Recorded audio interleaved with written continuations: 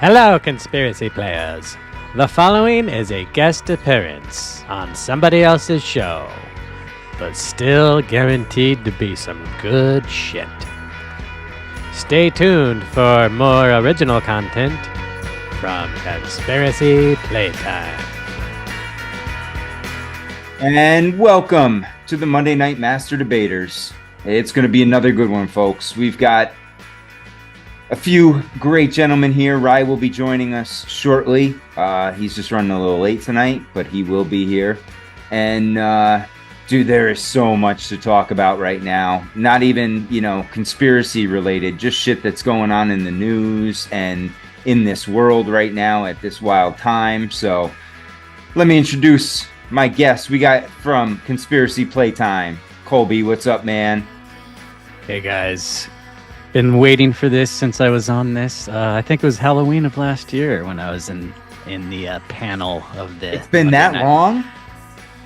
Yeah, I've been on once, and it was with Davey Wavy on Halloween. I think he set it up, and I had a blast. I'd never had listened before that, but I haven't missed an episode since. So. Oh, you know what it is? I was thinking of you. You and I did your show a couple months ago. In March. That's what it was. Yeah. Okay. Yeah. Oh man, and I was listening to a little of that today because Howdy McCoskey just did an interview with Forbidden. I always get it wrong. Forbidden News Network or Forbidden Knowledge News, whatever. And it was on the same stuff we talked about. The orphan trains, the World's Fairs, that whole 1800s fuckery that went on. And I'm like, this sounds exactly like the conversation Colby and I had, a little while ago. So I was like, dude, I feel like he's just, because I was answering his answers before he answered it. And because it's the same stuff we've been talking about forever. So, but that was fun, man. So anybody that wants to go check that out, I think that's number 43 on Colby's show, Conspiracy Playtime. So that was a fun one. That was a great episode, and I do feel like you're one of the most underrated people as far as the old world goes. I think that, you don't get enough credit for that. So I'll just say that right up. Appreciate that. No more compliments though. My head will get too big. All right, I'm gonna start dissing you for the rest of the show. Put me in my place. Thank you, Colby. Drew, what's up, man? From your Missing the Point podcast. What else? You got Conspiracy Theater 3000. You name it. You have your homeschooling podcast also, right? Yeah, the Homeroom Educating Educators. That's another one. Just trying to survive the hellish hellscape that is communist Australia. Ooh. Trying to be free in an unfree world. Dude, you guys are like the test ground right now. It seems like you and New York City are like the two areas they're like, let's see how much they'll really let us get away with. And Canada too. Yeah, but Canada's small things, and I'm sure Ryan has more to add on that one, but yeah, but Australia, these are like wild, and that's what, once we get going, I want to talk about that too, because I just saw something in Australia that's fucking mind-blowing, man. I don't know where we're going with this. I've become desensitized to how much of it there is now at the moment, but you have to, in a sense. Unreal time. Yeah, because if you start thinking about it and really focusing on every little thing they're putting out there, how many of these are actually going through? Because a lot of them are just ideas they're putting out there. They haven't been passed. They haven't been put into place. But on the other hand, it's like, is it really going to affect me that much? Are they really coming? They're going to get me for something anyway if they're going to get me. So what do I care? I'm not going to sit there and harp on it. Yeah, exactly right. There's no point dwelling on what could be. Just move along and cross that bridge when you come to it, I suppose. Exactly. Yeah, and coming from the semi-communist state of Canada, Ryan Alexander. What's up, brother? Oh, hey, Matt. Thank you for having me, as always. And yeah, it's kind of bad up here. But Australia definitely has it worse. I actually lived in Australia before too, and people always ask if I would go back. And since 2020, I said, I don't really want to. Looks pretty rough there. It's weird, you watch the nightly news in Australia. Drew, obviously you can confirm this. You watch the nightly news in Australia, they tell you what's going on in the whole country. It's like everybody gets the same news stream. You're watching in Sydney, they tell you what's going on in Darwin in the north and Tasmania, and You don't get that in Canada and America. You pretty much just hear what's going on or whatever big talking points they're talking about. But I think that's how they keep Australia under some pretty tight control, as we saw when they wanted the mob mentality to come around certain ideas. It looked like it was pretty easy to do in Australia with one consistent stream of information to everyone. Yeah, single source of truth. Mm-hmm. Well, yeah, and then the thing I wanted to get into, they have Australia, and again, you have to look at the wording here. Australia mulls fake news fines for big tech. So again, it's not in place, but they're thinking about it. And it says failure to moderate misinformation could hit social media giants in their pockets under government proposal. And this is in Canberra. So it says misinformation and disinformation sows division within the community, undermines trust, and can threaten public safety, said Canberra's Communications Minister Michelle Rowland on Sunday. She added that the Albanese government is committed to keeping Australians safe online. Now, my major problem with this is who is the regulator of what is information versus what is dis or misinformation. And that is a very, very fine line, and no one group should own that. No, it's going to be one small faction in the current government that will decide what is misinformation, what isn't. Yep. And it's very ironic that this bill has been proposed and is getting ready to be tabled after the winter break at Parliament at the exact same time our government's losing a lot of ground in the Voice to Parliament vote, where a lot of information's coming out online that this Voice to Parliament, which is Aboriginal recognition in our constitution, isn't what it's being sold as. It's actually being pushed out as a means to take land from people and to take people's superannuation, their savings, and disperse it into Aboriginal land and holdings. But it's all done through a bit of a New World Order approach, a means of seizing property and assets from people. It's a full-blown communist takeover that's being hidden under the flowery wonderfulness that is some racial tolerance and giving back to the people that lands have been taken from, but they're being taken for a ride. Exactly. It's like how this country was taken over as well. I mean, you look at the true history and the way that they took the land over, the way that they made these false promises to natives, and still to this day, the natives have got the rawest end of the deal. And, they did anything they could for their bottom line. And that's what this is all about. Nobody trusts the government anymore, really. I mean, even the common people that I know have a little suspicion about what the government does. But now we're going to say that they can say what's right and wrong. So there goes any right to free speech, and that's supposedly one of the Mount Rushmore of American law. It's like, I just don't, I'm having a tough time with all this misinformation and disinformation, because like you mentioned before, Drew, is it retroactive also? Does it account for things you said in the past? Because as we're seeing now, throughout music, movies, television, there's a new whitewashing of older shows to say, oh, well, that doesn't fit in today's lexicon, so we're gonna get rid of it, and nobody can watch it anymore. And it shows that they're really desperate in pushing this type of thing forward now, because it takes all of 2 minutes to do a little bit of research, find a video in which a politician's actually said something they said they'd never stated, or a piece of evidence that proves your point. They're just wiping the internet of all independent thought. One of the major things that they're pushing out as misinformation now that's kind of prompted this bill to come through is there's an Indigenous leader that's very pro Voice to Parliament, and he says in an interview that it's all about communism, and he pays his respects to the Communist Party elders because they helped inform a lot of the things they want to push through.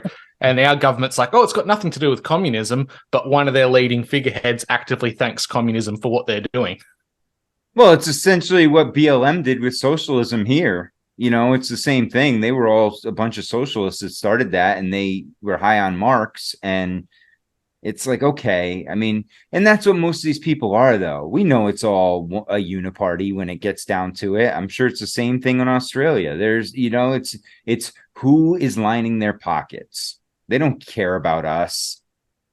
Exactly right. It's interesting though that Australia's taken the approach of it's almost like it's a bastard child of fascism and communism because they're using private industry to push these things. Like they use private industry to push mandates. They use private industry to push law changes.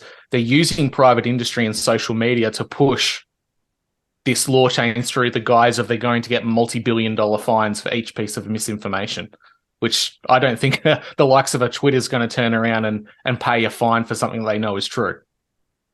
Yeah, and that's the hard part, right? I mean, they made hypotheticals in here about Meta, and companies having to pay a couple $1 million. And now is that a couple $1 million per violation? Or and do they get slaps on the wrist? Is it because it's just such a gray area? What topics are we talking about? Because this gets rid of all discussion. And I'm not a big fan of Robert Kennedy Jr. I am, damn it. One of the things he talked about in his interview with Rogan was you're going to have experts on both sides of any argument. And in most cases, they will have valid arguments for their case. But which one of them is right? They're both experts in their fields. And that's where we get into this area of misinformation, disinformation. And it's nonsense because there's two sides to every story, first of all. And who is, I keep getting back to, who is the one who controls what is misinformation and disinformation? Is it the liars that have repeatedly lied to us over and over again? And if so, then why play the game anymore? Well, it's like you're seeing it now. We're seeing the soft part of this happening with if you're on any of the platforms like Instagram or anything owned by Facebook, or Meta as it's called now, you're seeing people getting retroactive strikes for posts that are over 3 years old now that have been proven to be 100% true. Mm-hmm. I had one recently for it was something along the lines of it won't stop at one vaccine, they'll make you get multiple boosters. And I got hit for that recently. Well, what are they doing? They're making you take multiple boosters now. So where's the strike Peter in that? Hotez says, Peter Hotez is Jimmy Dore did a great montage of that on his Friday show, where Peter Hotez, it was all okay, two doses. Then it was, for a couple months, the booster. Then you need your second booster, and then you may even need a third booster. And so they were pushing that out there at us, but that's misinformation because it comes from you. It's amazing. I'm not a trained or certified reporter, so I can't possibly have an opinion on anything. Well, even the social media sites have issues because I've been dinged before with the, fact check or see why this is false. But then I'll go to someone else's page and they have the same exact video or meme posted and there's nothing. There's no warning, no nothing. It's like, hold on a second. This doesn't make any sense. Why is it wrong on my page but not on this page? And that's very selective. It's like almost for other stuff you've said in the past. It's just like the straw that broke the camel's back. Catalyst Jones sent me a message this morning. He said, "Hey man, I went to tag you in this for our episode, but it came up with a message that I repeatedly post misinformation." And he said, "So I'm not going to tag you in it because it's going to reflect on mine next." Yep. Oh yeah, they do all sorts of stuff like that. Like you can't tag certain people. You specifically can't tag, like they find ways to keep you out of the algorithm, so to speak, and keep your page from being viewed. But again, I wonder about a lot of these social media sites, how much of it is propped up, how much of it is legitimate, and how much of it is just for business. For them to because a lot of my traffic now, I mean, the more followers I get, seems like the more traffic I get is just bots. There's people leave comments that don't make any sense, or it's spam comments, things like that. And it's like, well, how did they get around my page? Why am I on their radar now? Or even my, some of my friends who just have a couple followers, some of their photos get spammed. And it's like, what? How? They have a handful of people that see their posts, yet they're still getting hit with spam. It's like there's something going on with these social media sites that I just can't figure out. Yeah, and let's not leave out Twitter because I feel like people laud that website or that platform, whatever you want to call it. But I think, Matt, you and I both got kicked off after Elon took over. Yep. And I was going hard on him since about probably 15, 16 months ago. He's been my pet project. I've since moved on to RFK Jr. But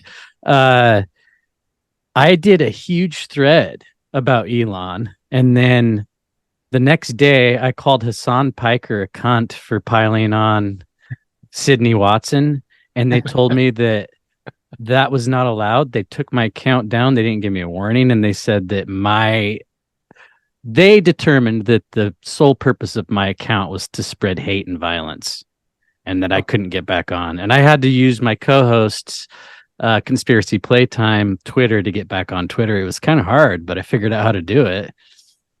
Oh, yeah, I find it comical. The guy pushing free speech kicks people off, and it's he just said cisgender is a slur, and if you call someone cisgender, and I don't care what side of the trans issue you're on, I kind of figure we're probably all on the same side, but censorship is not the answer. And he's also said freedom of speech does not equal freedom of reach, so he can control who sees your shit. Yep. So yeah, I mean, anybody that thinks that Twitter is like this bastion of free speech is out of their minds. It's still under the same control. They give you the illusion, but what's going to happen is you're going to have these platforms like this that go really hard conservative, right? And what you're going to have is they're going to start outlawing that, the trans talk, all that stuff. And so you're going to have this heavy censorship on the other side too. And then there's going to be a bunch of people stuck in the middle, like, well, I don't want to play in either of these sandboxes. Where do I go? And that's the interesting part, because, I don't want to be in anywhere where you can't say what you want to say freely. I mean, that's kind of bullshit. I don't care whether it's you like the speech or not. You should be able to say, as long as nobody's being harmed or threatened with, violence. Okay, they're just words.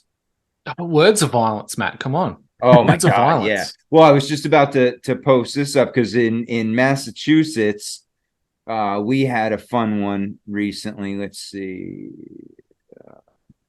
this one. They just came out. A federal judge in Massachusetts says a shirt that reads "There are only two genders" is not protected speech and invades the rights of others. Jesus. This is what we've come to now. You cannot have "there are only two genders" on your shirt, or you are violating the rights of others. Is this in backlash to those kids that went into the school?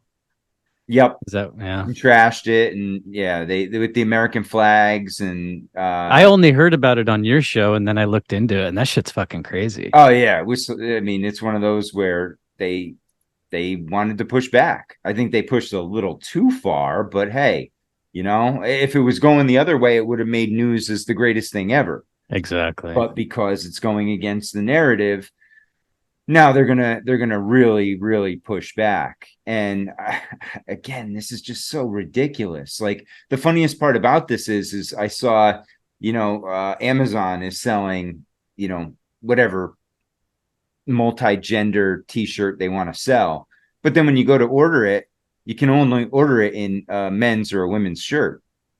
So this is the interesting thing. Do we have to push against the narrative, or do we take the piss of the current narrative and use their own terminology to the point where their own words get banned? The Victoria Police recently put out an amendment to their payment scheduling where if you identify as intersex or gender neutral, you get an extra like $1,600 a pay for Victoria Police. And now they're pulling their hair out because all these members are identifying as gender neutral so they can get extra money. So they're playing the system and making an absolute mockery of what they're supposedly standing for. So do we have to start using their words and make fun of it to the point where they ban it?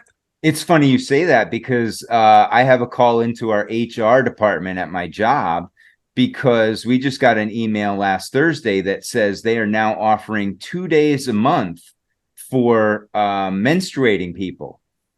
So, if I identify as a woman, I obviously then menstruate, so I should be also open to those 2 days, correct? What if you just have a really fucking bad hemorrhoid that won't stop bleeding? But this is the insanity, man. I mean, come on. But they never stated women in the email. No. Either. It never said women. It just said, I forgot how they phrased it. It was something like, for cramping / menstruating. And well, they've taken women out of the fucking equation. Like, I think birthing persons is what women are called now. I did a tweet. Lactating people. Yeah, I was pissed at my happy impregnating persons day on Father's Day tweet. It got like 4 fucking likes. It's like, I don't know if anybody got it, but because and birthing people aren't mothers. There's people that are surrogates. There's people that give their kids up for adoption. So it's just kind of ridiculous, these words. But yeah, women, like you're saying, the patriarchy is very crafty, and they're taking women right out of the fucking equation. We're so good at everything as men that we're better at being women than women are. Well, we're starting to see these. So cool. We're starting to see these woke agendas in big corporations. It's going to bite them in the ass. We're seeing a whole heap of national banks in Australia. They're offering 30 days, 20 or 30 days of gender affirming care. So people can go away and they can change their gender. They can get new clothes, have surgeries if they want to, whatever. They get paid time off, then come back to work. So what's to stop people from going, yeah, I think I'm a woman, have 20 days off and then come back and go, you know what? It wasn't for me. Yeah, right. I mean, well, and where is it? I was trying to pull up this video because this chick nails it. She's like, it doesn't make any sense what you guys are doing. I mean, let me just get this straight. In the last year, hold on. Sorry, I pulled a boner here. I didn't share the sound. Guys, I'd like to throw something in here. I think these people, the media, the culture drivers, I think they exist too much in an echo chamber by themselves. They're mostly talking to themselves is kind of what I'm getting at. They're throwing out all these new terms, all these new concepts, all these new woke things that supposedly everyone is accepting. It makes it look like everyone is accepting it because they're showing it on these main media channels, but real people don't talk like this. Not just conspiracy people like us, people who look into things and whatnot. I'm talking about regular people, average people en masse, whether they're Canadians, Americans, or Australians. They don't speak like this. They have not changed anything. I bet the average Australian is much like I would remember. They haven't adopted these. Just because you see these concepts being pushed in media and on Twitter and everything, it doesn't mean it's actually changing the culture. I think they're just trying really, really hard, and they're trying too hard, quite honestly, because regular people have limits too. As long as they were able to have all their comforts and everything, then they were happy to go along with the clown world that is in the mainstream. But I do think they have a breaking point, and it'll be like, prohibition when they banned alcohol, because we're talking about banning speech now and stuff. When they banned alcohol, or when they cranked the price of cigarettes up, what happens? Smuggling happens. Regular people are now willing to break the law to go to an illegal bar or something like this. Just people, they have their limits, and they will fall out of line when those limits are crossed too sternly. And so all these free speech laws and everything, they will either be, in my opinion, mostly ignored, or they will bring a lot more people onto the side of whatever we're calling freedom, pro-freedom right now. I don't know if it's left or right anymore, but you'll get a bunch of people on the pro-freedom side, and I think we will chew away at the power structures, given that so many people would have been pushed away from the left by now. If not now, then they will be soon. Yeah, I agree, Ryan. I think it's that pendulum effect, right? I mean, it always wants to get back to center, and it's going to sway far to the right. It's going to sway far to the left, but eventually it's going to reach that middle point, and that's where it's most content. So, yeah, and I think you're right. We're dealing with fringe groups here. The only problem is these fringe groups control the media. They have all the money, so they can broadcast whatever message they want out there. Well, of course, in the world that they're showing right now, I think it's funny, you see commercials. It's like literally every couple on TV, and I don't have cable, but when I catch it, even on the YouTube commercials and stuff, everyone's interracial. It's funny, Or I'm in gay. an interracial marriage too, but everyone's interracial or gay or transvestite, like literally everyone, you know. Whereas maybe there's a couple in my town. I don't know, but I don't see this very often. You know, it's still a very obscure thing. A small proportion of the population is one of these whatever non-binary sexual groups or whatever it is. But yeah, just on TV, it looks like this is what's happening culture wide. Everybody's doing it. You know, everybody's gay. Everybody's new age. I don't know. It's just not real life, and real people, I don't think, are buying it anyways. You know, you come walking around in a dress, they're still gonna call you gay. Yeah, and that's kind of what this video hits on right here. This chick nails it. Well, let me just get this straight. In the last few years, a biological male has been named Woman of the Year on several magazine covers. A biological male is referenced as a top-ranking female in our White House. A biological male was named the NCAA Women's Swimmer of the Year. A biological male is making tens of thousands of dollars being the face of womanhood for Nike, for Tampax, for Bud Light, for Kate Spade, and countless other companies. A biological male took home the award for Best Actress at the Golden Globes. Are we really still trying to make the case that feminism supports women when the feminists are completely silent and or cheering on biological men taking over the space of women? Somebody spell this out for me. Well, I do want to say that she missed out on J.K. Rowling because J.K. Rowling is a feminist and has been labeled a TERF ever since she decided that real women should still be like at the head of the feminist movement. I mean, I do like everything she said, and that last person that she showed was kind of hot. It looked like a young Cher. That was a trans person. Shit. It moved a little, I'm not going to lie. Silver lining out of all this, though, is that if you're a young guy and you're single, they've routed out all the weirdos and you're left with the based hot girls. What a time to be alive. You might have to do an oil check to make sure they're a girl, but end of the day, it's probably better. That would be my biggest fear dating these days, right? Like, I don't go to bars, but I would be, especially where I am, the area in Massachusetts is, we have some of the group towns that actually follow the nonsense that Ryan was talking about, you know, and I would be afraid I'd definitely have to do a double check before moving forward with anything. Yeah, you don't want to end up like Danny Bonaducci. You're Ace Ventura. Einhorn got around. Yeah, right. Dude, did you guys hear? I gotta show you this. Did you guys hear about this guy who must be a genius? Where is he? This guy, Tom Stuker, in 1990, he bought a lifetime pass from United Airlines for $290,000. Since then, he's flown 23 million miles. Whoa. Talk about getting your money's worth. Do you know how old he was in 1990 by chance? I'm just curious. Was he like a young fellow? Yeah, he's not that old. Okay. 33 years later. Oh, God damn it. There's that magic number. So he was 36 at the time. Yeah. So he just took advantage of like a promotional deal like Adam Sandler and Punch Drunk Love. He just was like, all right. Yeah, he hit the jackpot and he gets his own his favorite seat. Let's see. He spent 12 consecutive days without touching a bed after he flew from Newark to San Francisco, then on to Bangkok and Dubai. He only spent time outside the friendly skies while visiting the airport lounges. So he basically just puddle jumps all over the world. Nice. That's some modern gypsy work right there. Yeah. Oh, and this is the best part right here. He even won an auction years ago, bidding 451,000 miles to be a guest on episode of Seinfeld. So this guy, just by buying this, has stepped in all sorts of shit, and he's a lucky bastard. What's up, Ryan? Does anybody know the episode he was on? Oh, there's Ryan. What's up? What's up?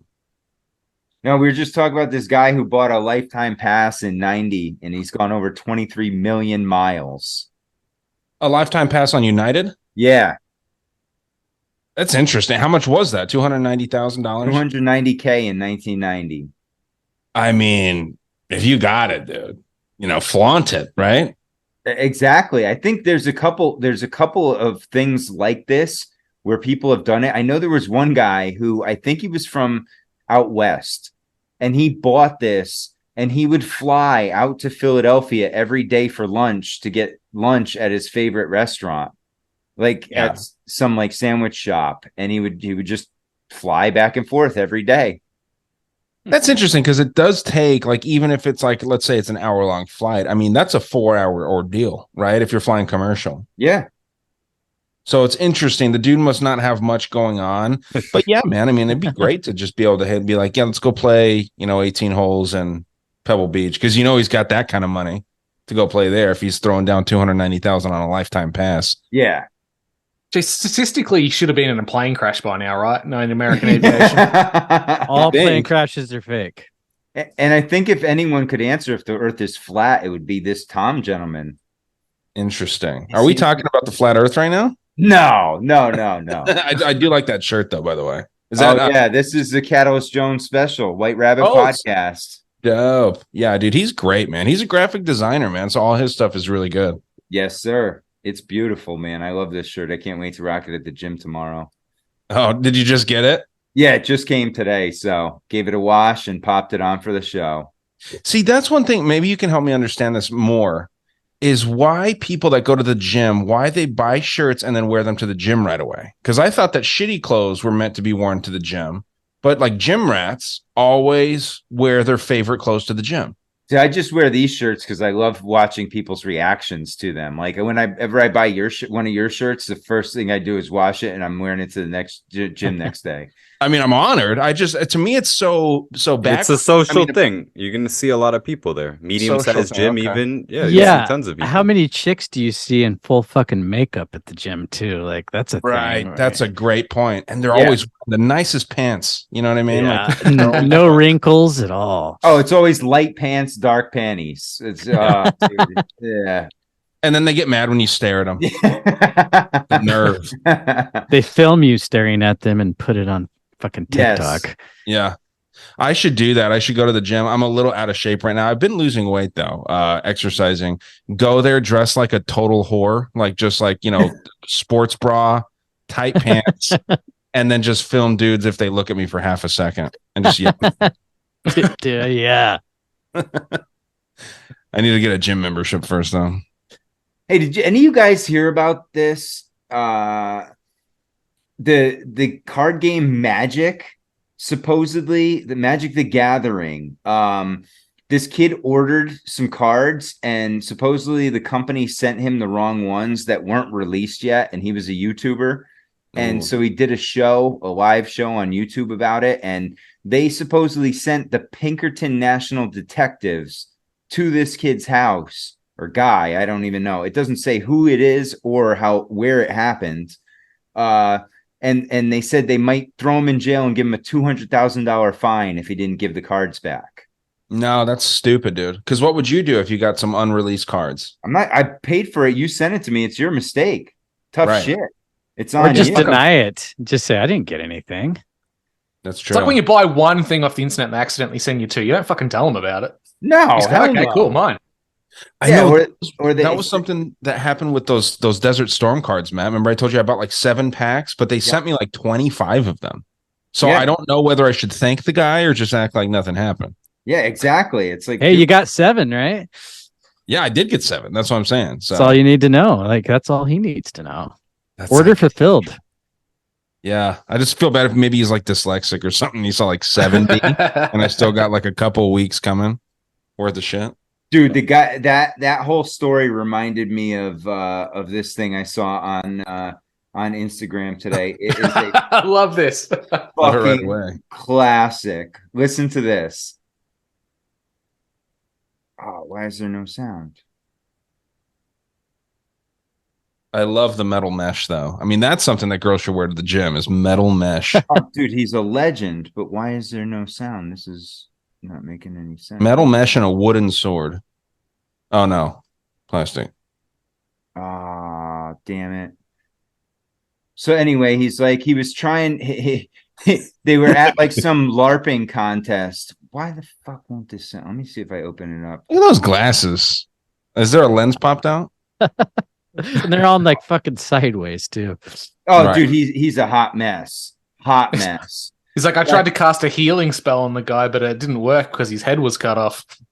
Yeah. You know, none of those dudes drink or smoke weed, so he's probably just really high on sugar, like a child. You know what I mean? Absolutely. Yeah. On a He sugar got rush. out of the house. His mom gave him like 2 Kool-Aids and he's ready to go. We were in the middle of our tournament when my friend John said he found a body in the bushes over there. I ran over there because I'm a healing monk to try and help, but obviously my magic wasn't strong enough because the dude's body was missing a head. So my friend decided to try and use a necromancer spell, which didn't work, which I knew it wouldn't. And apparently we contaminated the crime scene because that spell uses a lot of glitter. Is that real? Yeah, that's what I questioned. I can't believe it's real. It's got to be from a show or something because it is fucking hilarious. That's awesome, though. But that's the kind like of that's the crowd you deal with in some of that shit, though. Right. These dudes are in, they think that they're LARPing. That's why I love the movie Role Models. I mean, that's Yes. it's perfect. That's Ken where I Young's learned about character. LARPing. Yeah. Same.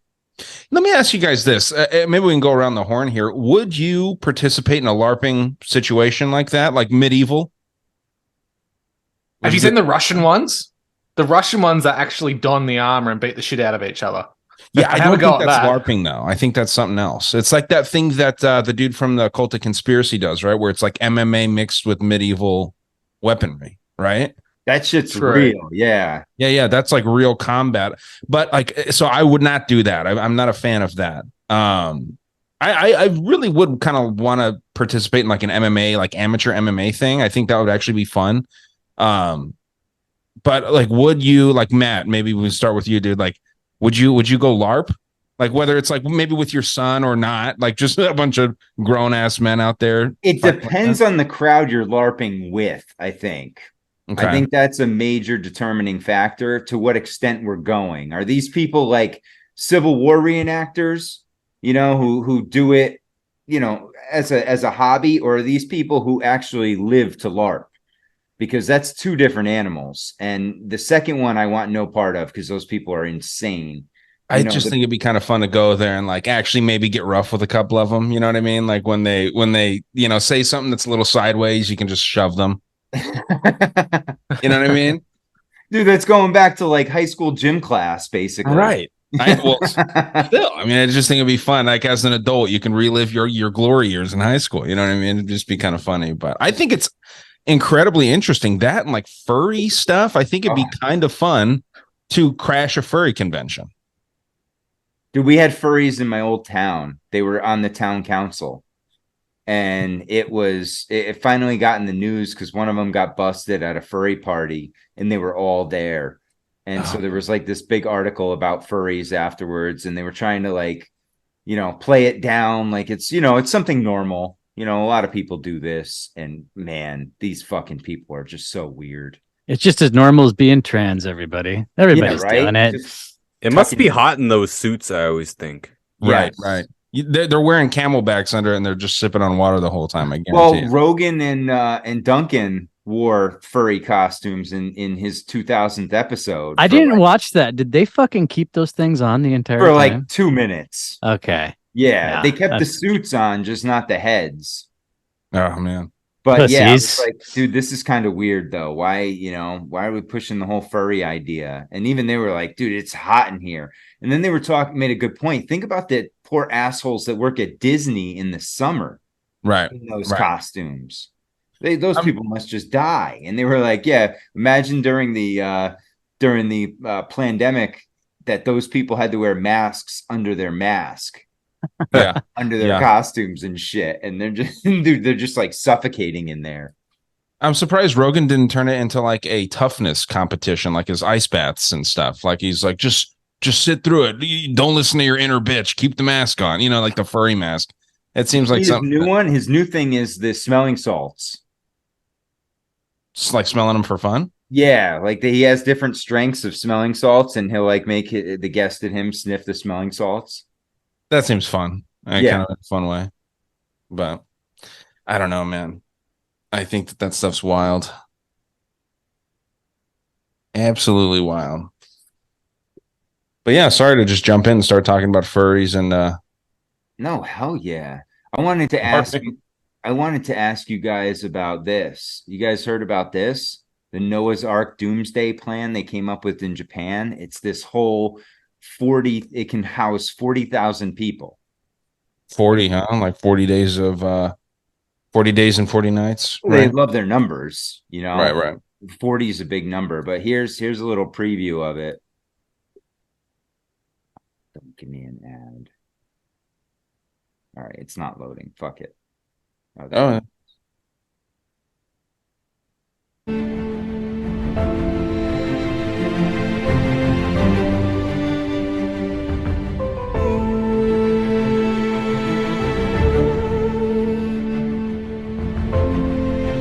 Very Atlantis-esque, like a Yeah, I was gonna say. They make these things look so cool, but it's like you gotta have a chip and you can live in here. It's like Sim City shit right here. Yeah. Your house probably travels in the city, you know what I mean? Yeah. But it's pretty insane. Got It looks solar panels. Yeah.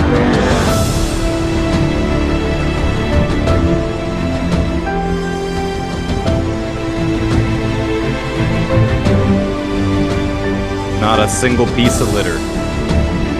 No, Ryan. Not in Utopia. Everyone behaves in They communism. have an obelisk. They execute you if you litter. No shit on the sidewalk like in San Francisco. Gotta have their obelisk. Yeah. In the middle, man. That stuck out to me. I'm like, oh shit. Of course they do.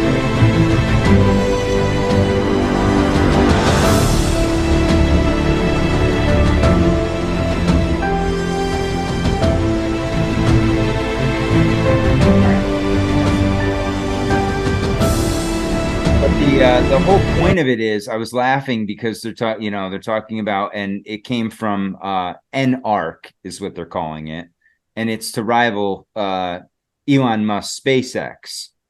And so it's like, again, it gets us into this whole ocean versus space concept and the duality of it also, that I think one of the things we saw in the last week or so is the big distraction with underwater, with that submersible. Yeah, I thought of that too. Imploded, and it's like you start looking at this stuff and it's interesting because. Well, you remember the line from it's in Saudi Arabia they want to build. I think they're actually building it. Yeah, Ryan. This kind of reminded me of that. Yeah, it looks a lot like that. Only it's not like glorified stacks like a la Ready Player One. It's actually kind of spread out more. I noticed there weren't a hell of a lot of boats. There's like 5 boats. Like, what's everybody else doing? Well, there's and again, there's only 40,000 people. So I'm thinking to myself, I'm like, damn, do I want to be around just 40,000 people? These 40,000 in this, because that's it. You're out in the middle of the ocean. It's not like you're near any lands. And one of the perks though is they did build a sports stadium. So, here's my issue. Yeah. Here's my issue with it. It's too clean. If you're surviving an apocalypse and you're living on the ocean, I'd much rather live like Kevin Costner from Waterworld, being a badass on a jet ski or a sailboat. Or like Mad Max, right? I mean, right. What kind of sports are they playing? Both national anthems are going to be played at all the games there. You know what I mean? Like the the one for everyone and then the one for black people for some reason. Dude, I watched this. I was checking out Netflix yesterday, and they have a massive category of black movies. Yeah, and to me, that's super wild because it just seems like segregation, like digital segregation. All the platforms do it now, right? I know Amazon has it. Max, the HBO Cinemax combo has it now, and it's interesting because it is. That's what I think. I laugh at it. I'm like, why do you have to call these movies out? I mean, it's like separating them and putting them. You're not going to normally see these, so we'll have to show them to you. Yeah, Australia's got a bit of a strange one where it's Asian and Indian films that are represented in our Netflix, probably just because of our geographical location in the world. Right. Yeah. I mean, it makes sense, man, but it's again, it's segregation. You know what I mean? And the reason that I came across that and why I was looking into it, they had black action, black horror, black comedy, black romance, like different subcategories of that. And it's almost like they're kind of like warming us up to make a separate Netflix. Yeah. Like it'll be called Netflix Black or something, you know, Blackflix, like Black BET, Flicks, I like that, like the or BET Net Black? of Netflix. Well, either one. It's funny you mentioned that, right? But you know, one place that won't have that, what? China, right? China will have none of that. Light brown flicks. Yeah. Well, dude, because I came across that because I watched for the second time in a row. I watched Dead Presidents and then right after New Jack City, because those movies are really, really well done, and they are black movies. Those would be in the black movie category.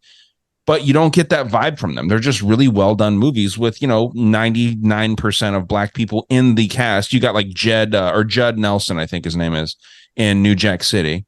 But dude, they're just so well done. And they remind me of like what the black community was feeling was going on with them in the 90s. I feel like that's what's going on with the lower and middle class people today. It doesn't matter skin color. You got to add juice and above the rim, and you have the perfect foursome right there for 90s black flicks. Or you can even throw in Belly too, because that was another. Belly's great. Yeah, I mean, there were some great early 90s just strictly black movies coming out. I mean, that doesn't even count. Boys in the Hood, right, and anything like that. I mean, it was Big Mama's House. Just kidding. Yeah. I mean, even stupid comedies like Don't Be a Menace. That's great. I mean, they're good movies. They don't do that anymore. I don't know what happened. I know some people talk about timeline changes and shit in 2013, but the creativity's gone. Right. In movie and film and even TV. I mean, I've been dying for a new, darkish or adult comedy to come out, and there's just nothing. It's all that shticky dog shit that they put out there. Big Bang doesn't do it for you? Oh my God. I despise all network television. When did network television start taking a shit? Because Seinfeld was great, right? Like I'm not going to sit here and act like I liked the show, but it seems like it's, iconic, right? When did network television start taking a shit like that? Because as soon as history stopped showing history, as soon as Discovery stopped discovering. Yep. As soon as the Learning Channel went to reality TV, you all know what happened. It wasn't that long ago. And that was the day. It was all one day. All that same stuff happened. No, you know what it was? It was the death of TGI Friday. That that does seem to coincide with some things. That was dude. Friday night used to be. It was great because you had great Friday night TV as a kid, and then Saturday morning cartoons were outstanding, and because that's the only thing you did when you were inside, because most of the other time you were outside. And now, I think Ron was talking about it on the Wicked Planet, this new generation being the inside generation, because to motivate them to go outside is difficult. Right. I mean, I struggle with it with my son, and he's an active kid, but he'd rather be inside doing stuff a lot of the time than going outside. And I'm like, why not go outside and do it? It's like even Ron said, like his well, not daughter, but niece was reading a book, and he's like, why don't you go outside and read? She's like, I don't want to go out there. It's like they just don't want to go outside anymore. Yeah, it's the same with kids liking to watch people play video games rather than playing themselves. Like that is fucking weird to me. Yeah, super weird, right? Those people get fucking rich doing that too. It's crazy. Oh yeah. No, yeah, you can't. Yeah, I mean, you can't say anything bad about the people like PewDiePie, those kind of annoying people. No, like that, I mean they figured something out. Right. It's just weird. It's the commentary, or it's just feeling like you're kind of like in the presence of somebody that you enjoy watching or something. Honestly, I'll stick up for this. I don't really like playing video games. I would rather watch. And video games are too hard now. Even my little brother, he used to love the Zelda, the Ocarina of Time, and then the Mask one. I just watch him play. I don't want to play. I'm not investing all this time and everything going in, remembering the maps and all this. But That is interesting. I don't know. It's the same as watching TV. You're following a story. Well, and that might circle back to something we were just talking about, because we were saying, like, when did network TV turn to shit? Maybe the plots of these video games, which I think is oftentimes true, is more intriguing than the plot of your average TV show. So, like, watching someone play a video game might be better than watching NBC at fucking 8 o'clock. It's at least comparable. The same sort of teams put these things together. There's writers and storyboarders and all that's put into the video games. Yeah, it's interesting how that works out like that. I mean, there was that one, and I know I mentioned that to you, Drew. The what is that damn game? Not Doom. Maybe Fallout? it is Wolfenstein? Huh? No, not Fallout, not Wolfenstein. I think it's Doom. Is that where you go through houses and you kill demons and shit? Doom 2, Kind of. Dukem 3D. Those are kind of like around the Yeah. same time. Okay, because there was the most wild story. I know the Fallout thing that you're talking about, the end of days, and it doesn't have to do with the game timeline where they predict the end of days. They predict it like in the past, which is weird. From the radio playing, from what I found at least. But there's something with this Doom map where people can go in and they create mods, right? And I watched a 2-hour-long video on YouTube about the scariest Doom map that was created. And it's basically this guy creates like a labyrinth that's modeled after his friend's house that passed away. And it's just creepy, super creepy. But I was invested in that like it was, like, you know, a movie. So I can kind of see that. Yeah, I know my son does it, and there's some channels that I'll get into, like just watching the game. I'll get caught up in it because I watch him play. Because like Ryan said, I can't play anymore. Once he was 5 at the time, he was dominating me in every game we played, and I was like, all right, time to hang him up. And you get all pissed. Yeah, and that was it. Now I'll do a Royal Rumble with him every now and then in WWE, but I can't play any of the first person shooters now. They're just even the Madden. Madden has gotten wild. It's like you can be a coach or you can be a player, and if you like a single player, and if you get hurt, your season's over. It's like, well, how is this fun? It's too realistic. Did you just say you play as a coach? You can. You could, yeah. You can play as like any individual on the team. You can play as the general manager. You can create your own franchise. Yeah, all this. Can you be the water boy? That'd be dope. Or a cheerleader. As soon as it came out with PlayStation 3, I couldn't play it anymore. It was too much. Yeah, regular Nintendo's still where it's at for me. Like, I'll fucking dust off my Japanese fucking refurb every once in a while. But kids Those can't are play awesome. those games anymore, Colby. They can know. play the shit out of all these modern shooters, but they go back to Mario That's and like they absolutely tic-tac-toe. crack it because they can't beat it. Yeah. Yeah, but they like the movie. Did I haven't seen it. Is it- with the candles? What's Did you that? see that? Oh, the Wii thing you did? Yeah, That's dude. wild, man. That's real shit too. A lot of people think that that's How does fake. that work? It's infrared, I guess. Ah, okay. So I still don't. I mean, you say okay, like I don't get that at all. I mean, if you get it, I'd love for someone to explain how fire will pick up the infrared. I just don't get that. I don't It'd be understand. the heat would be rising up and it'd be picking it up with the sensor where the heat is, and that'd be the opposite of what all would So, be in place what of what does the it sensor do? would be. I'm behind here. I don't. So if you have, you know how you have the Wii, you have the console, and you have your controllers where you point the thing at it, right? And then if there's a sensor bar that normally comes with the Wii, I found my Wii, but I could not find the sensor bar. So I was looking, do you need the sensor bar for Wii to work? Or can you like work around it? Is there some kind of setting you can flick off? And maybe it won't be as accurate or whatever. But this guy was showing that you can use candles in place of the sensor bar. Right, you want me to play the video? If you want to. That was all. Yeah, true. no. Here, I got it up. Let's It was just wild. It was mind blowing. And we played archery, volleyball, and badminton, and it worked. Ladies and gentlemen, I've got something wild to show you right now, okay? Just on my Wii, and I want to prove to you that this shit is black magic. That's all that this is. Absolutely insane. You might notice that there's a couple of tea candles on top of the Wii. However, they're not lit, okay? Totally off. The reason that this is not working right now is because this power bar, or whatever they call this, I couldn't find the cord for it. There's nothing plugged into the back, picking it up like wirelessly or anything. This thing's junk. Trying to turn it on doesn't come on. This thing is toast. We'll throw that out. We don't even need it, okay? Candles are off.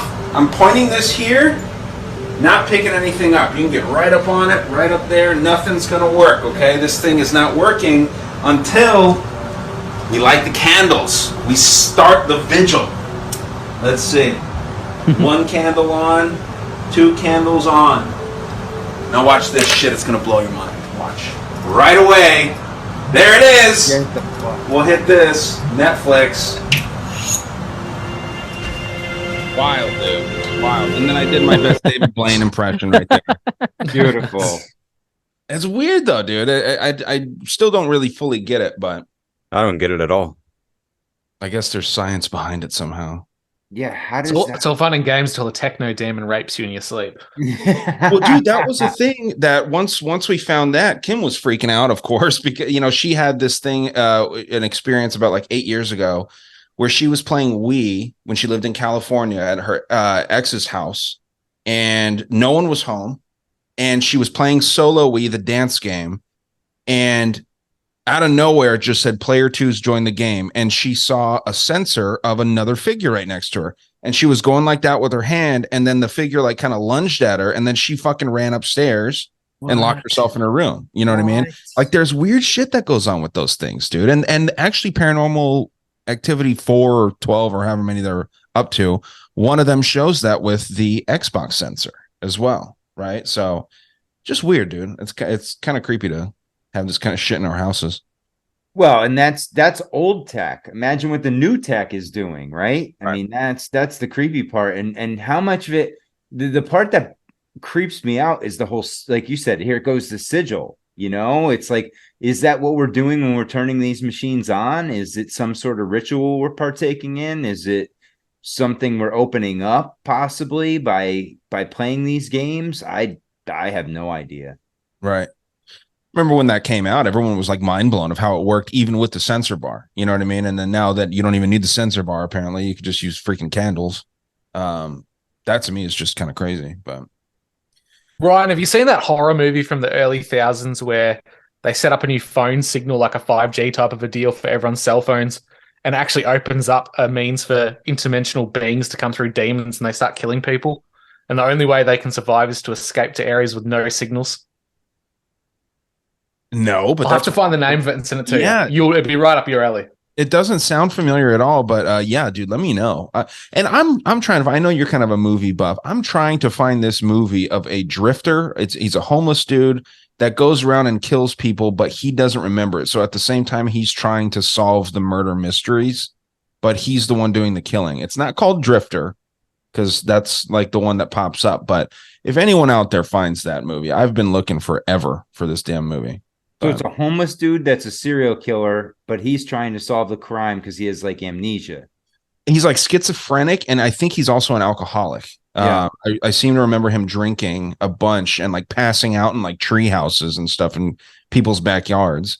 And then he ends up finding out that someone, dies or gets killed in one of the houses that he's like crashing in the backyard. And it's just like there's a whole storyline, but it's really well done. I was just trying to find that movie. So does he figure out that he's the one doing it? I think he ends up getting arrested, and that's how he finds out. You know what I mean? Like, it's just why I don't remember because it's been so long since I've seen it. But there's just those old movies that kind of stick with you. Watcher in the Woods is another one that was really, really good that traumatized me as a child. You just hit on two things I wanted to ask everybody. Well, one was I just watched Stand By Me this weekend again for probably the millionth time, but great movie. And one of the things in there that you just mentioned is a treehouse. And there is something about 80s and 90s movies with the coolest tree houses. And I always wanted one as a kid, but could never get it built. Like, did any of you guys have a tree house or know anybody that had a tree house? I had one. You did? Yeah, when I would have been like 7 or 8. I actually fell out of it and I have a scar on my ankle because I fucking scraped a nail on my way down. Which, like, today, like, for my stepkid, I just built a fucking trampoline and now they have nets and shit to keep you from falling out. She still found a way to fall out of it, of course. But, like, back in the day, you'd get sent and just go fucking flying. You don't know where you're going to land. But it's yeah. a rite of passage. I did have a treehouse, but it wasn't that nice. It was just like a big fucking box. Hey, There you wasn't- had one. That's better than Yeah, ours. no porno mags or cigarettes or anything like can fucking stand by me though. Like they always had the fucking cool door that opened in the middle of it from the bottom. Right. And it was just, I always wanted to, like, the Sandlot had a great tree house in it. Stand by Pagemaster. Me. Yes. Pagemaster had a great treehouse. Well, and then you go even as far to recent, the Step Brothers. I was just gonna say that where she fucking decks the dude, he falls through that door you're talking about. Well, they turn into a boat later too. Remember, they take that boat that they crashed and put it in the tree. Yeah, the Gilded Lady. They make it into a boats and hoes. Yeah, that's awesome. Yeah, man, tree houses. Dude, so am I the only one here who had one? Yeah, it We had a sounds like- bush we hut. inherited It wasn't one. a tree house. What was it? We inherited one from our older brother's generation. I didn't have an older brother's, but my friends did. So they built a badass one, 3 stories. Well, the third story is like a lookout tower, and it was dangerous. It was rugged. We all got hurt on it. I'm sure they got hurt on it too. Lots of blood was spilled on that tree. Yeah, 3 stories though. It was freaking That's sweet. That's dope. I'd love to see a picture of a 3-story treehouse like that. And we didn't even have to build it. We just had to fix some stuff. That's awesome. And that's the best part. You, You guys are like the Bears in Detroit. You just get to move in. Yeah. All the buildings are already there. Dude, that is nuts. Drew, did you say that you had something? We had a bush hut, so it wasn't a tree house per se. We just built a hut in the middle of nowhere. Yeah, there's out in no the bush. fucking trees in Australia. You got a Plenty kangaroo of house. See, we built a couple cool forts on the ground, but never got the treehouse effect. There's something about being up off the ground that is a game changer. Adds the element of danger. Like you could fucking fall and die. Well, gum trees have a tendency to fall over. They call them widow makers for a reason, so people don't even camp underneath them. Yeah. So we're pretty cautious as kids. Yeah, you don't want to. That's the last way I want to go is a tree falling on me. Can't think of much worse. That would be pretty shitty. You're getting crushed. Oh. It doesn't need to be a tree. But yeah, man. Dude, I actually killed a rattlesnake in my yard yesterday. That'd be a pretty shitty way to go. Getting bit by like poisonous creatures. Or just getting eaten by anything. Eaten would suck. Because then you kind of feel like a bitch, huh? Yeah. Like you're eaten by an animal. That's your last thought. Well, I'm such a bitch. Yeah. Eating the ass up and you're still thinking like as the "Yeah, my mom gorilla sees rips this." your nuts off and is eating your entrails, you're like, "Oh, I'm such a pussy." No, I was thinking more from like heaven. You're like, wow, I went out like that, huh? Or like, you know, when you're floating into whatever people believe they go to, that you're just seeing yourself ragdolled by a Komodo dragon or something. You know, it'd just be kind of shitty. Well, that's like going back to the Stand By Me, getting hit by a train. Like imagine that. I mean, being a kid and you get hit by a train, it's avoidable. You know, it's those situations that it's just going to be right in that one spot at that time. Just avoid that spot. And it's loud when it comes by. It's not like there's electronic trains like Tesla trains that come by in stealth mode. Right. Yeah, they're very loud. Right. Yeah. It makes you wonder how those kids in Arkansas fell asleep on the train tracks. When Bill Clinton got I know who you're talking about. They're like number fucking kinda like weird, 5 right? and 6 on the list.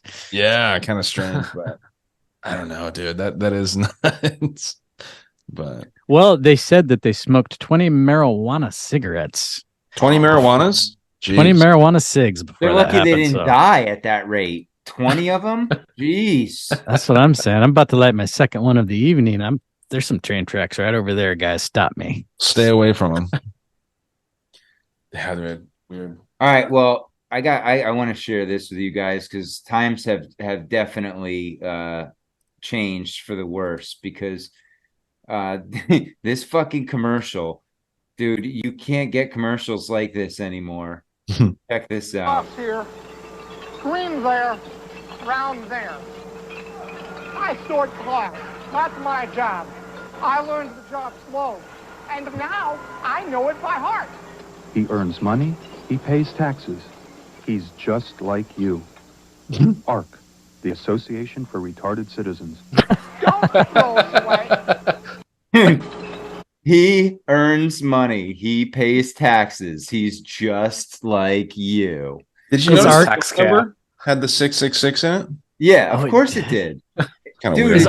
it's such a scam. It's like you look at this shit and you're like, oh my God. And there used to be signs of like, the Lions Club would be out there for their annual retarded children fundraisers, and it's just a different world. It's hilarious. Is that still around, that ARC organization? That's a good Can we, question. can we call it live on the show? Yeah, I mean, I'd love to. I'll pretend I'm handicapped. Let's see. I bet you they got fizzled out as like, called out as a Ponzi scheme or some shit.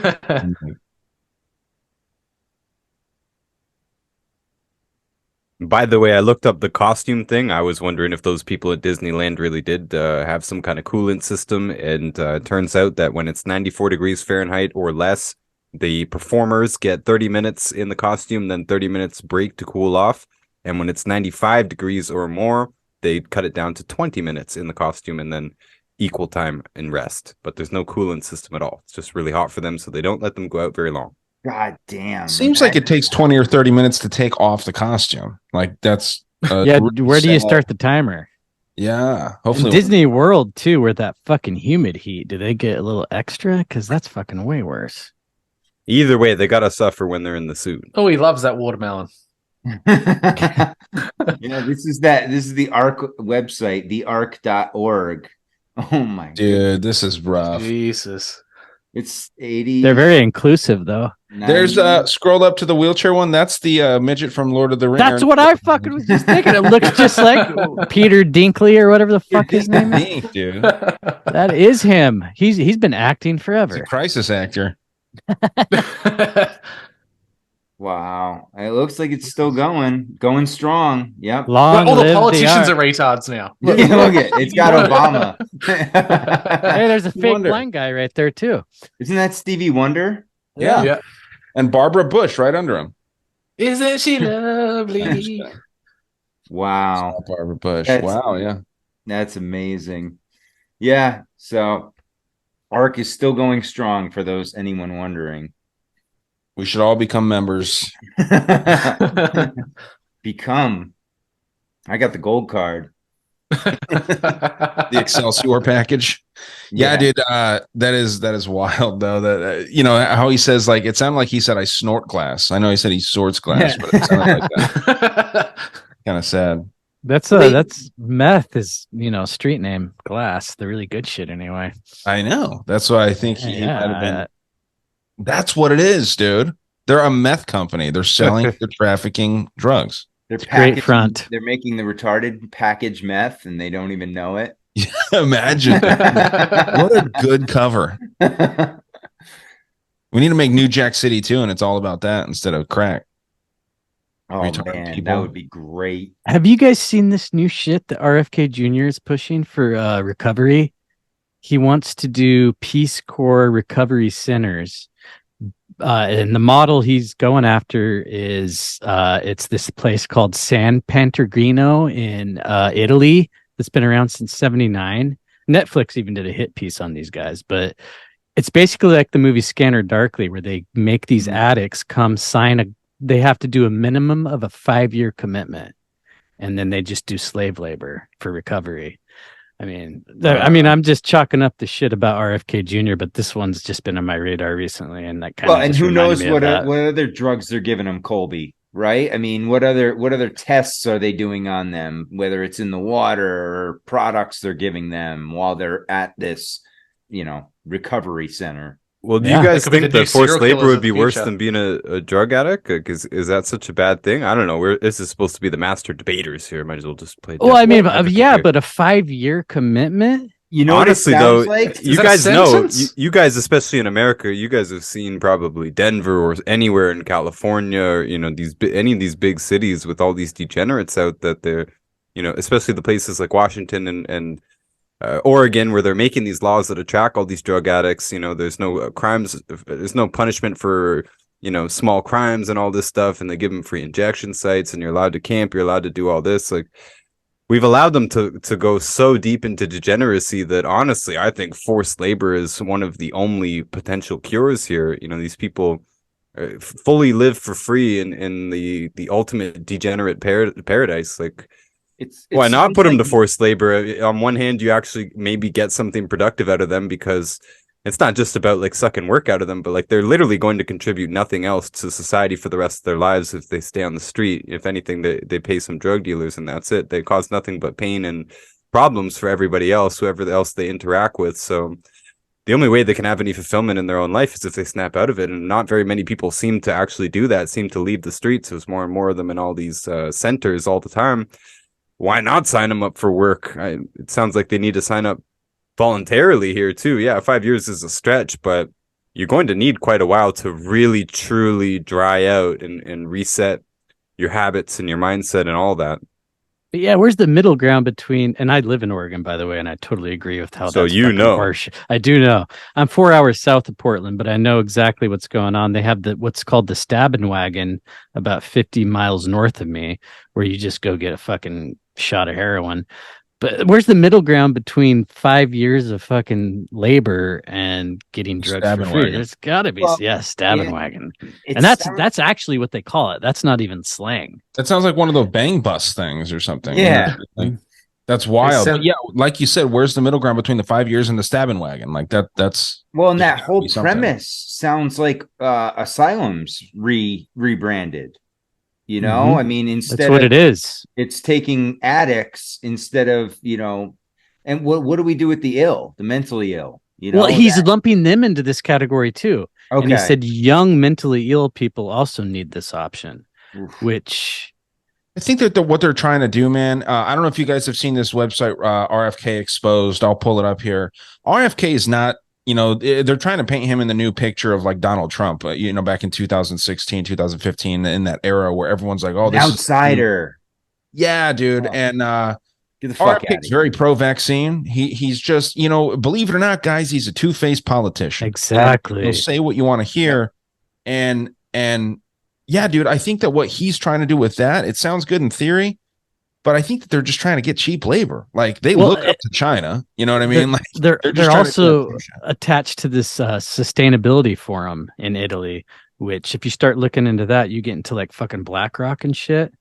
Right. So all this money goes all the way back to the same place, no matter how far you follow it. Dude, I don't know how you listen to him speak anyway. It sounds like someone's dropped a penny into a fucking blender. Oh, dude, I say that every time somebody shares him speaking. I know he's or whatever, but he's like, dude, that's the worst. Colby's video was awesome. That was like a fucking spot on impersonation of him. I thought he would be the hardest one to do too, and he was actually the easiest for some reason. Yeah, man. The guy from Police Academy speaks better than he does. Yeah, right. And I don't want to like make fun of him because he's legitimately wounded. I don't know what did it, but I'd like to think it was from singing in a heavy metal band. Right. Like, that'd be a lot cooler. Well, that's the thing, man. Like we make fun of Bill Gates, Hillary Clinton. Hillary Clinton has a stroke and half the country is like, fuck yeah, this is the same caliber person here. Like this isn't like, dude, yes, if somebody, I'll just use me as an example because I don't want to put this shit on you guys. If I had some kind of health issue, yeah, it'd be pretty fucked up to make fun of me because I'm just a middle class dude out here, like, trying to do my thing. But this dude's been scamming the system, been fucking people over. Everyone acts like JFK was the greatest president of all time. Oh, dude, the family is fucking tainted as shit. That's the fetishization of the fucking Kennedys. And I think if you look at like what his dad did in the like mid 60s, he wasn't a good dude. I don't think he deserved to die the way he did, but of course not. I mean, RFK Jr. says he got hooked on heroin because he watched his dad die in front of him when he was 15. I don't doubt that's true. Yeah, that's rough, dude. I mean, that's sad, and that's the thing. We're all kind of part of the system where some pretty fucked up stuff happens to us. I mean, this guy, seeing your dad get shot like that, that's dark. But there seems to be some kind of dark. The Kennedy curse is a real thing, I do believe, but this guy is not going to be like a good leader, in my opinion. But I mean, I hate to sound dark, but I won't believe him unless he gets shot. Right. That's kind of like the unfortunate. It's like the witch trial thing, right? Like we're not going to really think that we have a good president unless they get killed. And isn't that fucking sad that that's the reality of it? Yeah, I mean, the system's so corrupted. Like, how do you get elected in the first place if you're not willing to play ball, man? You know what I mean? Like, It's rough, but it's playing a script again. He's so anti-gun that my feeling is if he ever got elected, he'd get shot by a pro-gun nationalist, and that'd be used as some kind of means for gun control in the States. Ooh. It's a perfect script. Wow. Yeah. Jeez. And he's so green agenda too. That's where he frightens me the most. Is I see climate lockdowns if you want to go like to the most logical conclusion, but he already talked about that. He did talk about it, but he's like pulled back. So what's he's good at is not talking about the things he said in the past, because whenever he goes on somewhere, they just want to talk about him talking shit about Fauci and vaccines and stuff. And he could fucking clean house all day, but they won't let him. It's the other stuff they're not paying attention to that scares the fuck out of me. Well, they're so good at painting narratives and painting different people in certain narratives for a certain reason for a certain amount of time, right? Like, I mean, Trump was supposed to be this white knight, coming in, and I mean, we left his administration in a more police state than it was before he entered, right? That's what it is. And so, he progressed the agenda perfectly. All the while you got a bunch of dumb, toothless people that are, screaming how great he is, man. Like, people that have never paid attention to politics and elections before are like, man, I fucking love this guy. You know what I mean? It's weird, man. So I can't tell you how many people, and this drives me mental, the people that feel the need to comment unfollowing you because I posted negative about RFK Jr. Hey, good, weed them out, man. Oh, it's like hilarious. if you're willing to like get rid of friends because you're supporting politicians, then I got to question where your head's at. And I mean, maybe there's some good politicians out there. I'd love to see it. I would. I'd be willing to see one. That's for sure. I've said it many times on my show and probably here too. Supporting a politician, rooting for a politician is like watching a football game and rooting for the referee to win. You know what I mean? Like, it's about the piece of shit you have to be to want to be a politician, first of all.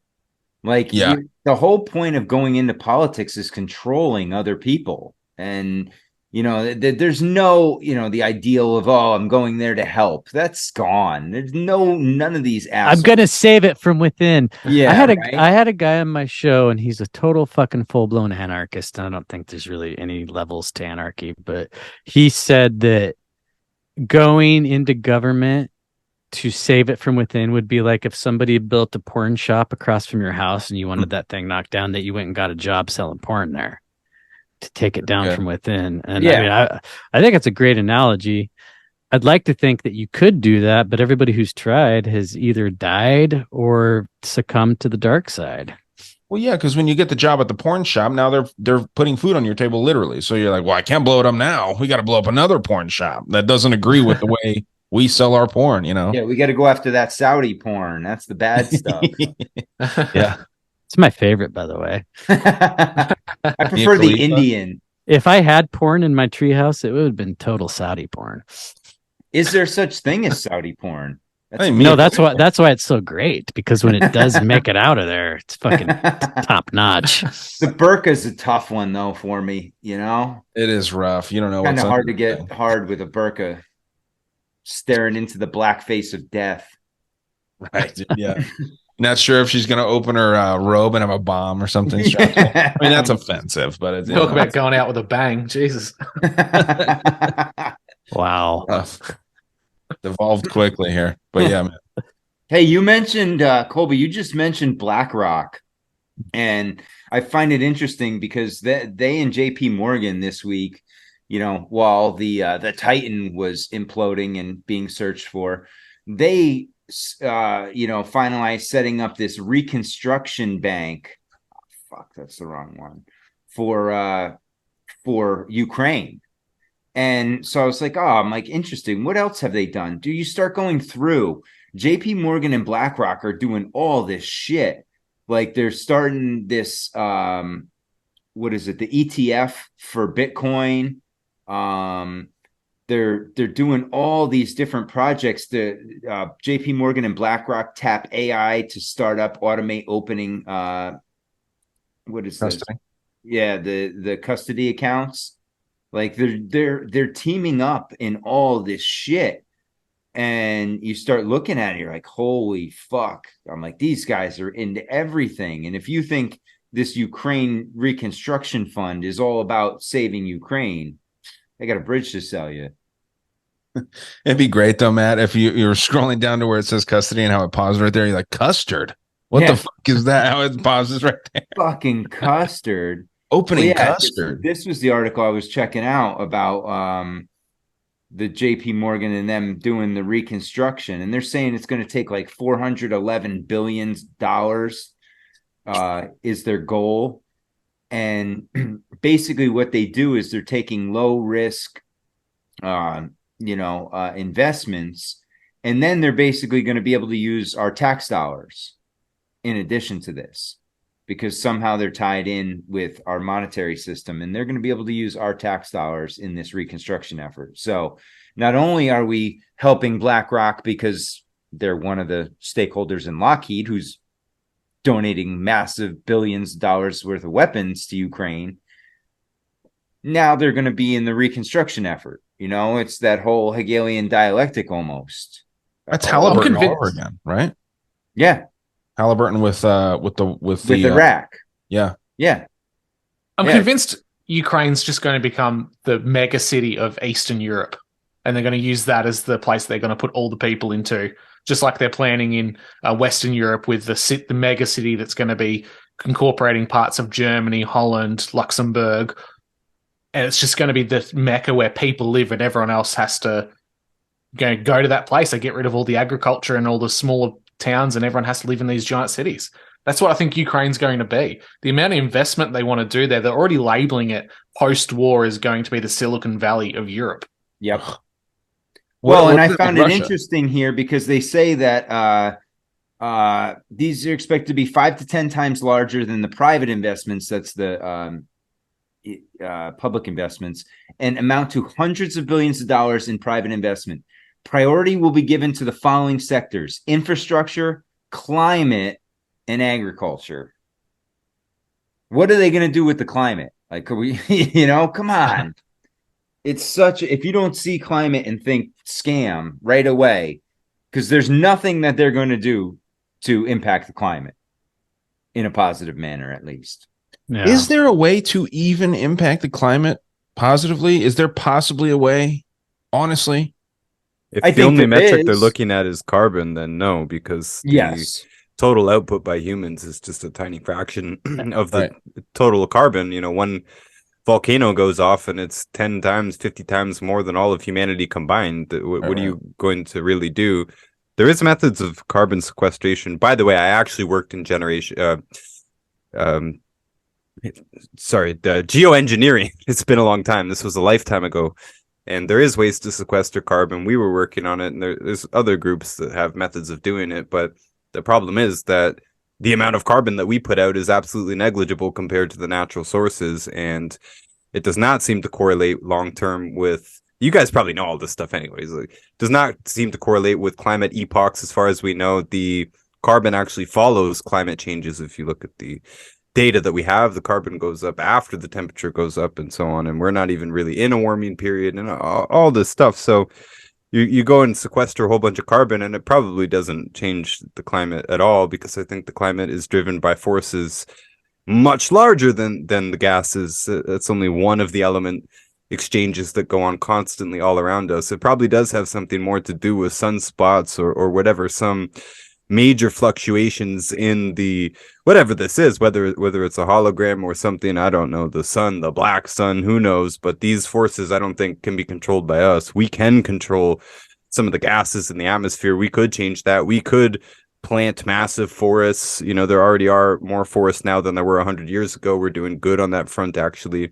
This is from the Skeptical Environmentalist, one of my favorite books. He's re-updated that a whole bunch of times since, showing that, and other people have shown that, we've done actually really good at replanting forests and stuff. Just because they show you Brazil getting cut down, that doesn't show you the expansion of forests elsewhere in the world.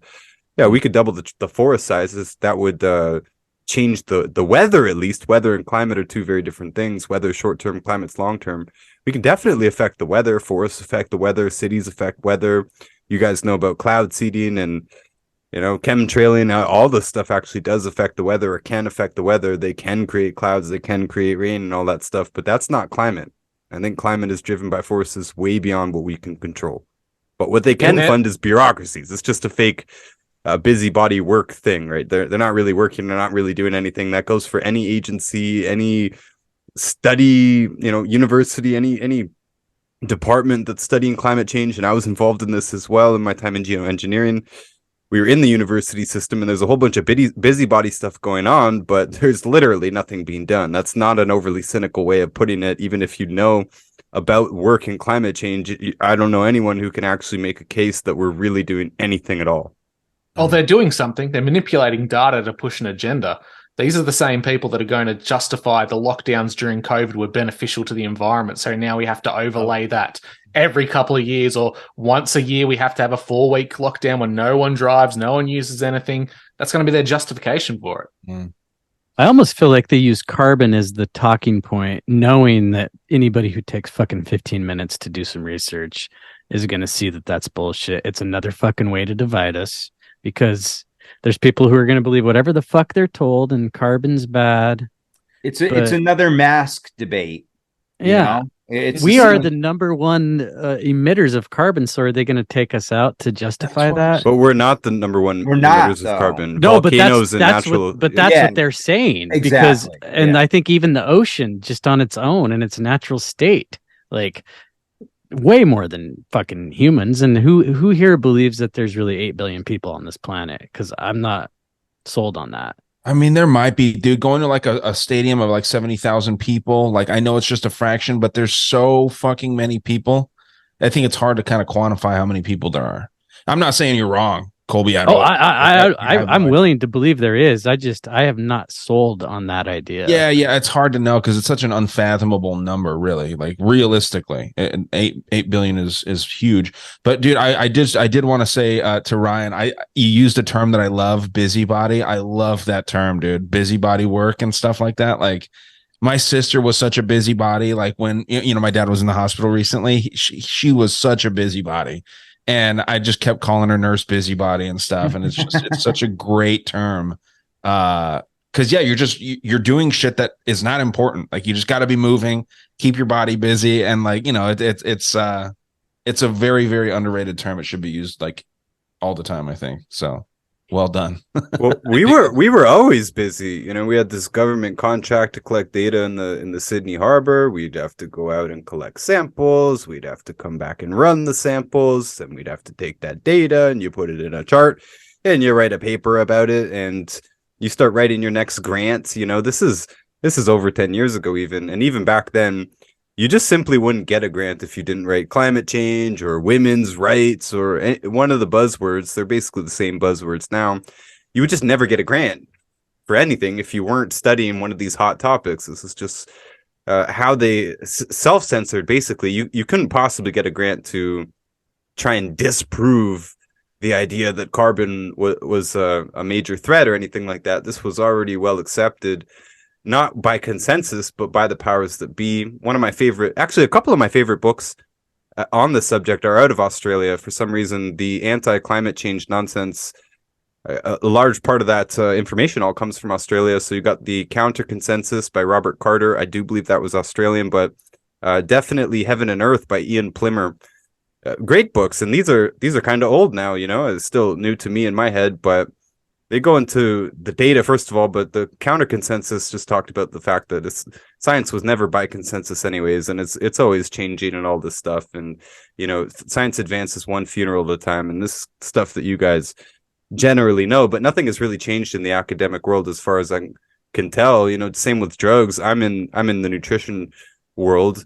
No one pays for nutrition studies, so you don't really get many nutrition studies.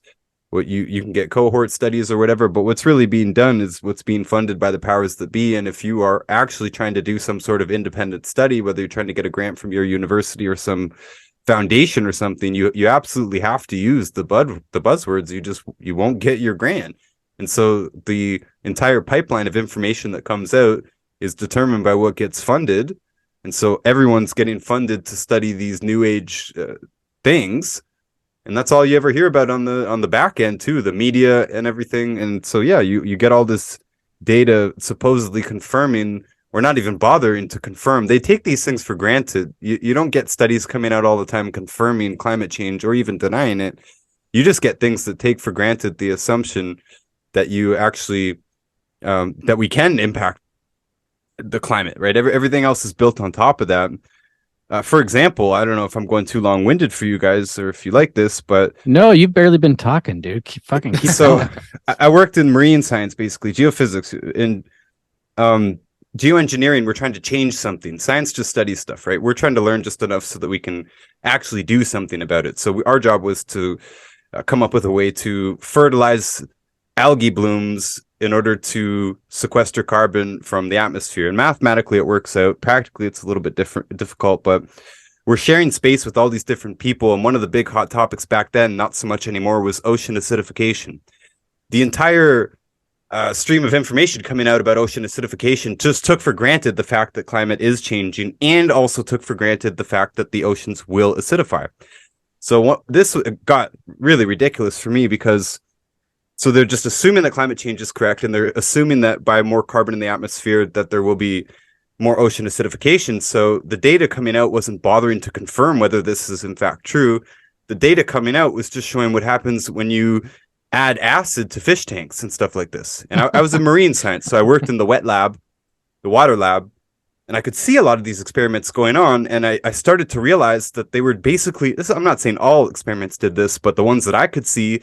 And then I'm reading papers looking, how did they acidify the water here, right? Remember, they took this for granted that, okay, we're changing the climate, CO2 is going up, therefore the oceans will be acidic, more acidic, notwithstanding the fact that the oceans are lined with limestone, which is the natural buffer, which will make sure it never gets acidic. And this is why they stopped talking about it, I guess. But so I see the tanks, what they're doing, they're taking starfish, they're taking fish, and they're adding hydrochloric acid to the fish tank. And we've got this big, sophisticated billion-dollar lab that pipes fresh seawater in, all filtered and it's all done properly. But at the end of the day, they're adding hydrochloric acid to a fish tank, and their study coming out the other end, whether it's for a master's paper, a PhD, or whether they actually got a grant for this, it blows my mind that they could stand in front of a panel or actually submit this for publishing and saying, hey, yeah, we add hydrochloric acid to these fish tanks and they died. It's interesting. It's interesting, Ryan, what you said about Australia being such a point for the anti-global warming and man-made climate change agenda, because Australia is responsible for that whole, all scientists have a consensus that man-made climate change is real. It all came down to the University of Queensland. They were responsible for reading over 17,000 papers, but they didn't read them. All they did was read the title of each paper and then came to the assumption that all those scientists agreed. How could you possibly have a full understanding just by reading the titles? You have to actually read the paper to get into the nuts and bolts of it to see if it is pro or against. They read the titles, the university pushed that out, and that's what the majority of climate change science is based off of. One little study over 17,000 papers that read titles. Yeah, there's deep corruption here. I do recommend those books. Another one is The Weathermakers Re-Examined. The Weathermakers was a famous book by Tim Flannery. But the Weathermakers Re-Examined by something Allen, I think D. Allen or something like that. I don't know. He's Australian too, I think. But I'm saying there's a lot of people who do understand what's going on, even in the universities. In fact, I was introduced to the idea that climate change was BS while I was working in climate change. There was a group of old professors that they were retired, but they kept coming in every 2 weeks. There was something like they had to come in every 2 weeks or they wouldn't get paid or something. I don't know what it was. They came in every 2 weeks and they just give me some new information each time, little tidbits, tell me to read this book and that book, and recommended those that I mentioned there. And yeah, they got me. Let me tell you this. There's this book. It's a short history of nearly everything by Bill Bryson. Very famous book because they push it in every major bookstore in the world probably. And this professor, one of the first things he did, he says, I want you to read this book. I said, I already actually read that book. He said, I want you to read it again. True story here. And I came back. He came back 2 weeks later. I said, okay, I finished the book. Why did you want me to read this book? It's just like a basic history of the world and science and stuff. It's like what you would see in textbooks. He says, yeah, okay, you read it. Now you need to understand that every single part of that is wrong. Every single part of that is BS. Every single part of that, it's there to convince you of a worldview that isn't true. And I didn't know how deep that went until years later. That sounds familiar for you guys in the conspiracy world, I'm sure. But this was in the university, and everybody that I know, we're all there working on climate change. the whole building's working on climate change. For some reason, they put everyone with the word geo in front of their thing together. So we're in there with geographers, and they're studying like people and populations, right? We're geophysics, you got geology, and you got geography. We're all together. We're all completely different disciplines, and everybody's studying these climate change and women's rights and all these now very left topics. But it seemed like everyone believed that stuff, but they didn't. Those old professors that got me onto this climate change being BS. And by the way, they were they were geologists that went and found oil. They're in the radar lab, basically. They put radar tubes in the earth and they find oil. They're also the ones that told me that oil is the blood of the earth, that it's not made by dinosaurs or anything like that. They said it's like the water table. Anywhere you want to look, you're going to find an oil table as well. Some places you have to dig deeper for it, and so on and so on. But this is pretty deep stuff, kind of blew my mind there.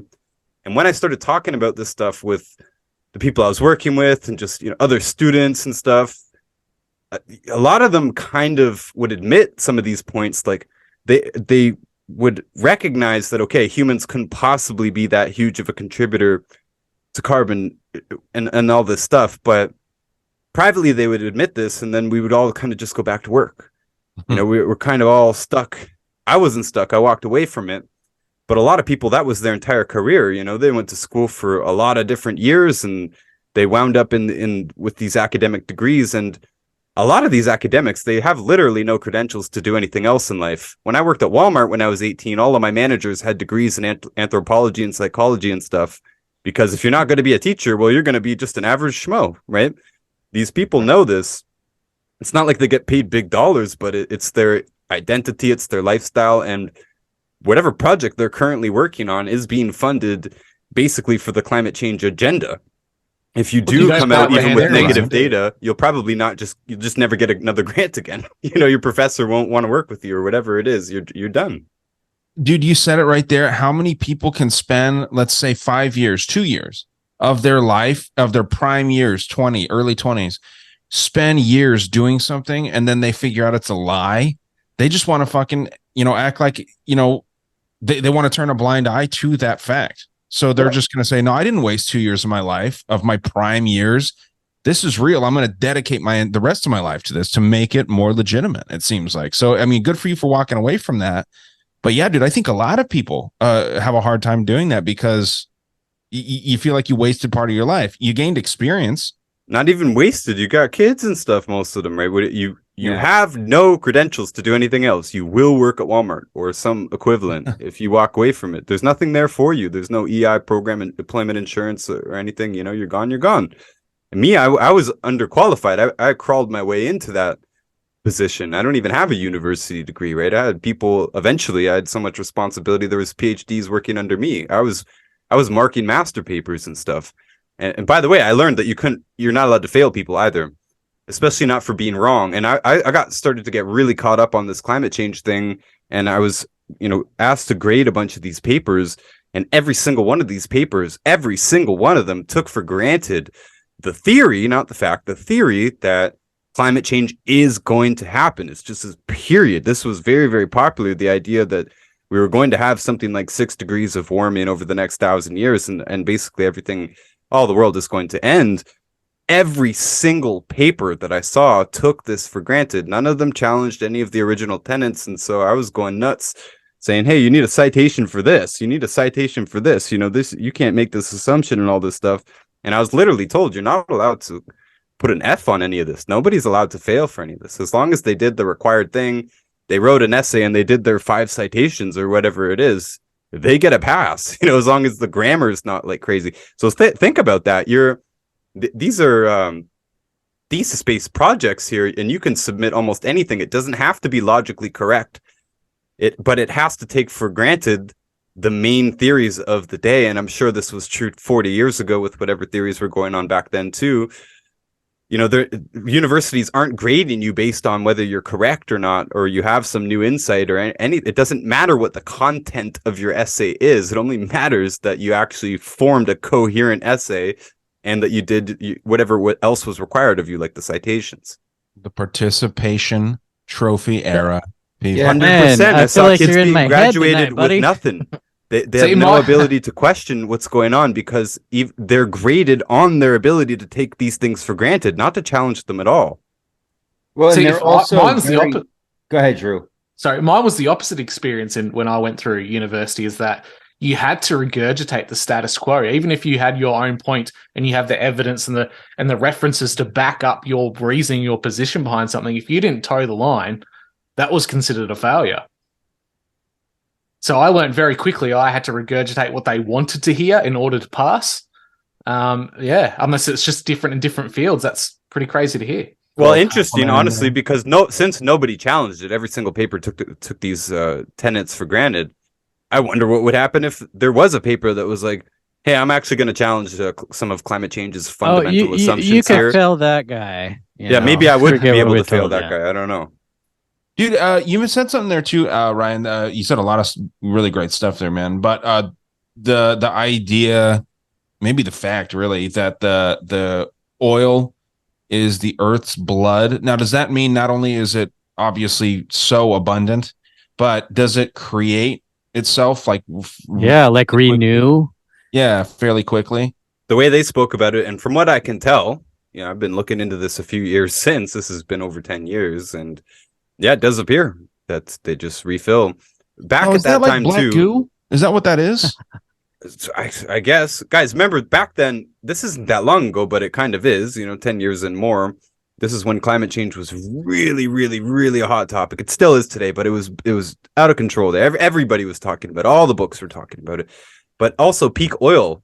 They were talking about peak oil since the 70s, but really it was in the 2000s that everybody was talking about peak oil. Oh my gosh, we're going to hit peak oil. It just never happened. They said this is going to be our peak production. It just never happened. We keep drilling new. They keep making more. They keep finding more. The more time goes on, the more we find. Sometimes we have to go deeper, but also these big old pits and everything. Like, we should be out of Saudi Arabian oil by now. It doesn't. It just fills back up. We don't know where it comes from, but it just fills back up. You can go back to tapped out oil rigs, and they found that it's reconstituted itself.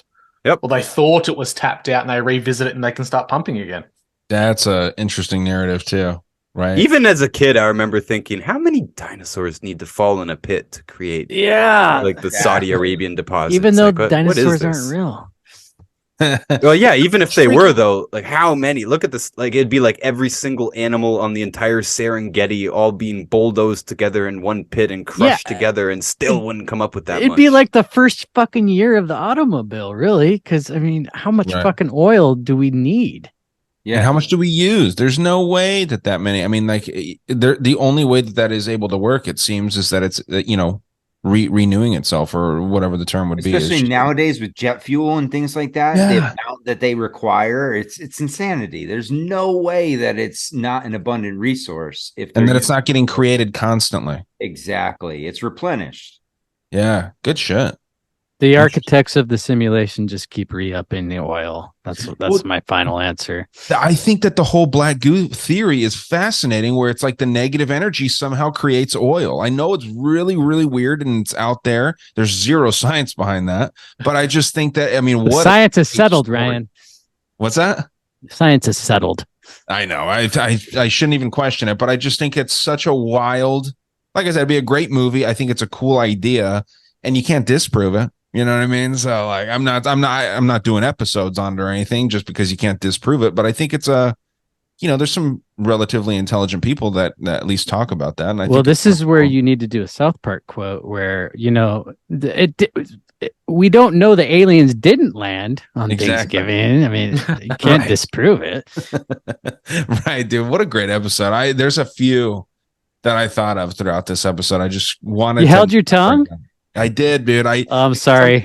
I was supposed to do an episode on this for episode 400, but I've been so busy lately. I'm waiting for it, but whenever you get around to it, I know it'll be worth the wait. Thanks, man. No, I'm going to do it this week for sure. So it'll be. I might get your Patreon for this one because I think I'm equally as big of a South Park fan, even though I haven't seen any of the new ones. I'm waiting. I'm going to binge them all at some point once I get a new subscription. But maybe I should have a few people on. Maybe you can come on there and talk about some. I would love to, man. Because as far as like 22-ish seasons back, fucking, I'm your guy. Oh, dude, they're great. It's incredible stuff that they talk about on that show, man. So yeah, I'll get with you. What's your Instagram? I don't have one. Okay. Well, we'll I was talk gonna after. once we stop rolling, I was gonna ask for like all your guys' shit, but Yeah, we'll talk about that after then. Yeah, definitely. And speaking of which, let's wrap it up here. This is a good spot. We've been going for almost 2 hours. Excuse me. And as always, this was awesome conversation. I could go for another 2 with you guys. I just got to get up early in the morning. So unfortunately, the real world calls. Let's go around the horn, tell everyone where they can find you. Ryan, Alexander, we'll start with you, buddy. Oh, great. Thanks. Well, you can find everything I do at my website, noticebooks.org. Notice is spelled not us books.org. You can find all of my social medias. I'm most active on Instagram. Got a lot of stuff on YouTube as well. I had my podcast deleted last month, but I got it back online last week. It's called Notice and Friends. I've still got to connect it to my website. Maybe I'll do that even right after this. But you can look me up on Spotify or any of the podcast platforms. Spotify did take me down off of all platforms because they own Anchor, and I published on Anchor, so they just deleted me outright. Lots of episodes are gone forever, but I'm reposting the good ones, at least going through them one by one and reposting them, and still got new episodes coming out. And yeah, appreciate you guys supporting me. And a lot of people, I mean, just by having me on, quite a lot of people have reached out to me and said, you know, I heard you on the Monday Night Master Debaters, so you've brought me quite a lot of new followers, and I appreciate that. Oh, thank you, my friends. It's been a pleasure. And Colby, where can we find you, my friend? well, I just want to also say, Ryan, Alexander, so this show has put you on my radar. So thanks to Matt and Ryan for that. You can find me conspiracyplaytime.com for my main show would be the video format. You can also find that anywhere audio. My other show is Disinfobation with my co-host Dusty. He's at Truthcast or YouTruthcast on Twitter. And that one where it's just kind of fun. We fuck around with current events, make like political videos with RFK Jr., Elon, and Tucker, all of them. That one's actually like we have like 12 listeners, but they seem pretty rabid. So trying to grow that one. And that one's everywhere but YouTube and Apple. So yeah, man, I love that RFK, dude. I took it off YouTube and posted it on my Instagram, and it was like a lightning rod. It brought people in that were like, yeah, he's obviously not, one of us. And then other people are like, he's our last hope. He's the only one that's going to save us. And I'm like, oh, yeah, I got fucking ratioed. I put that on YouTube. We got kicked off YouTube on Disinformation in the way that we didn't get technically kicked off, but every fucking episode we put off got us a strike. So I just stopped fucking posting there, but we still have a channel. So I put that up there, and yeah, people love RFK Jr. I don't know what to say. He's the new Elon. Dude, it's comical. It's Trump and Elon in one body. Yeah. That's a great way to put it. Excellent, my friend. Well, thank you for joining us, and always a pleasure talking with you, my man. And thanks for having me. Anytime, man. Let me know. I'll fucking hop in any day. Love it. Drew, the man of a million podcasts. What do you got going on, my friend? Oh, geez, 2 hard acts to follow. Yeah, just the usual. My own little podcast. You're Missing the Point. MISSEN after my name. Conspiracy Theater 3000. We kind of hit the brakes a little bit there, but we've got some new interesting stuff coming out that I think will rock a few people's worlds. And my homeschooling podcast with the lovely Kaylee. Educators educating educators. So yeah, check it out. Good stuff. Dude, I love what you guys do. And the one you did recently with Operation Red Pill was awesome. That was a really good episode, man. I really enjoyed that one. And it's one of the longer ones you guys did too. So it was beautiful. Thanks, man. It's awesome. Yeah. And then you also blew my mind with that Brandy interview you did. Holy shit. Yeah, that's made a few waves, that's for sure. Wow. Yeah, I had her on, and then I listened to yours. I was like, God damn it, she fucking saved all the good shit for him. But hey, good for you. I don't have like impending whatever the fuck. So yeah, well, yeah. I know I've made it in podcasting when I've got a lawsuit. Exactly. Yeah, potentially. And an NDA to go with it. Yeah. Oh, man. Well, thank you, my friend. Always a pleasure talking with you. Right, what do you got going on, my man? Same old stuff, man. Yeah, I would like to have Colby on. I would love to have Ryan on as well, dude. Especially, getting your show, taken down and then reinstated, if we want to call it. It that. wasn't reinstated. I just started a new one. Well, I know, but that's the thing. I was trying to say it nicely, but. Yeah, if you're willing to, man, you're more than welcome to come on. I love talking, and I'm actually going to have to start getting more guests on my show. Like doing it solo for a while, but when I trust people's work and people's opinions and whatnot, I want to definitely get more guests on my show. I just don't have the time to do as much research anymore. But I can still talk that shit, and I can still do what I do. So the show's not going to change. But yeah, man, just having a lot of fun doing this. Another great time. Phenomenal conversation here, man. I wish that I would have heard the whole thing, but got in a little late here. And, other than that, just another great one, man. So, hey, you could catch the rest of it tomorrow. I will be listening. But yeah, dude, it's these are always so much fun, man. These roundtable things and relatively light conversation, but also like some good information. Now, I will say, Musk versus Zuckerberg, when that fight goes down, dude, I'm betting the house on Zuckerberg. You know what I mean? Like, I know he's smaller.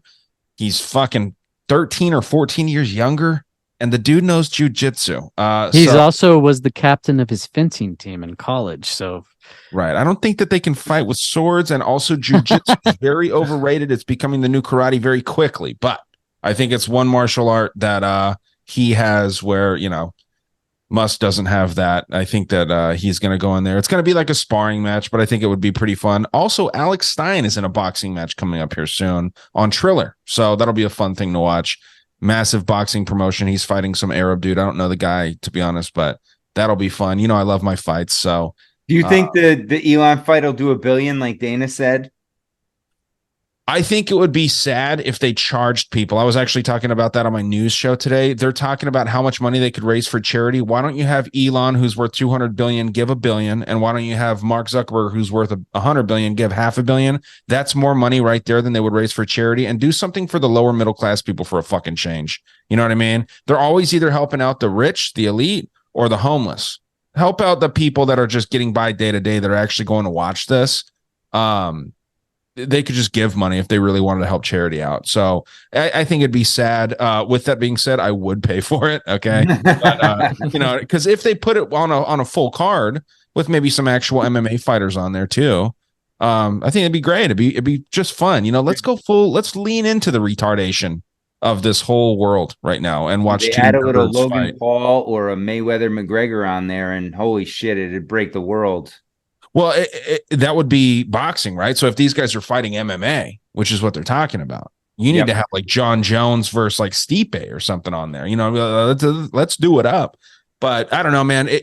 Like I said, let's lean into this idiocracy that we're living in right now and enjoy it. Who would have thought 5 years ago that you would even want to see those two wimps fight? Right. And now it's like, oh man, I'm actually kind of interested. As long as it's to the death, I'm fucking paying for it. Yeah. Well, that's what I think. It'll be a very low level sparring match. I don't think it'll be fun, but it'll just be fun to be one of those things where you just get drunk, eat some food, and just watch it like a bunch of cavemen. You know what I mean? Kind of like that Tyson De La Hoya fight.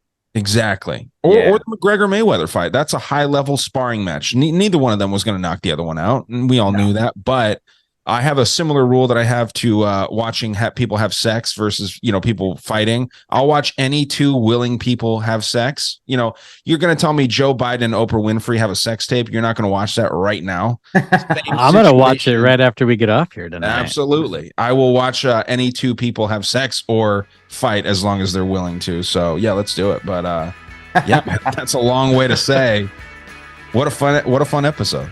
Well, what about you, Matt? What are you up to? Dude, thanks for joining. I've been fucking swamping my son's baseball team. We were at the field every day this weekend and only played yesterday because of the rain. So I haven't been doing anything with my podcasts. Sticking to this for a little bit. I got another month of ball and then back to reality. Similar to me. Busy for a little while, but then it's getting back. I'm glad to hear it, man, because people love your show. Yeah. I miss doing it, man. I just don't have the time or the energy. Like, I got home yesterday after 8 hours at the field, and I'm like, you know what? Maybe I'll record. took the dog for a walk, came home. As soon as I took a shower and sat down, I'm like, fuck, I'm not doing a thing, man. Interview your dog, dude. Interview the dog. Yeah, right. Dude, she's a mess. She's actually hilarious. I got these ducks that are neighbors. And my neighbor has Duck World where they rescue ducks and chickens. And I bet it smells awful. Oh, well, they come down now and they're friendly. But the problem is when my son and I try to play wiffle ball in the yard, they come down and they think the wiffle balls are food. So they start fucking chasing the wiffle balls when he hits them and then go try and peck at him. And then he ends up hitting another line drive and it cracks one of the ducks and they freak out. And the dog sees the ducks freak out, so she wants to chase the ducks. And it's like a domino effect, man. And it's just like chaos in the yard. Yeah, total circus. That's awesome. So, well, good luck to the Bad News Bears, as you call them, man. I hope that they do good. Yes, always fun, man. It's I've been coaching for over 20 years, but when this is the first time I've coached my son, you know, in like in a competitive environment outside of our, you know, little bubble that we live in. And man, it's a whole different animal. Watching your kid do it, and you know, I have to snap myself out of it sometimes because I get caught watching because I'm like so enamored that that's my son out there playing, and it's like, shit, man, you got to coach too. Get your head out of your ass. But yeah, nothing better, man. I love spending time with him and watching him enjoy it. It's something that he loves doing, so I'll do it as long as he wants to. Good for you, man. That's awesome. Excellent. Well, thank you guys. As always, another great Monday night. Everyone, stay strong. Question everything.